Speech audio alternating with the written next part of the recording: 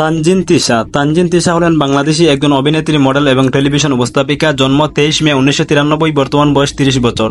জন্মস্থান সিদ্ধেশ্বরী, ঢাকা। 2014 সালে তানজিন তিশা ইউ-টার্ন নাটকের অভিনয়ের জন্য তিনি সেরা নবীন অভিনয়শিল্পী বিভাগে মেরিল প্রথম আলো পুরস্কার লাভ করেন। তানজিন তিশার পিতার নাম আবুল কালাম এবং মাতার নাম সালমা বেগম। তানজিন তিশার গ্রামের বাড়ি শরীয়তপুর জেলা। তানজিন তিশা ছোটবেলা থেকে নাচ শিখেছিলেন, কিন্তু পড়ালেখার জন্য তার পরিবার তা বন্ধ করে দেয়। তবে তিনি বাংলাদেশ ললিতকলা একাডেমি এবং হিন্দল একাডেমি থেকে টানা 4 বছর নাচের প্রশিক্ষণ নিয়েছিলেন। Tanjin Tisha Siddheswari girls school and college থেকে এইচএসসি পাশ করেন এবং Motijheel ideal girls school college থেকে এসএসসি পাশ করেন। তানজিন তিশার বিয়ে নিয়ে এখনো কোনো তথ্য পাওয়া যায় নাই। আশা করি অবশ্যই বুঝতে পেরেছেন। ধন্যবাদ সবাইকে। আসসালামু আলাইকুম।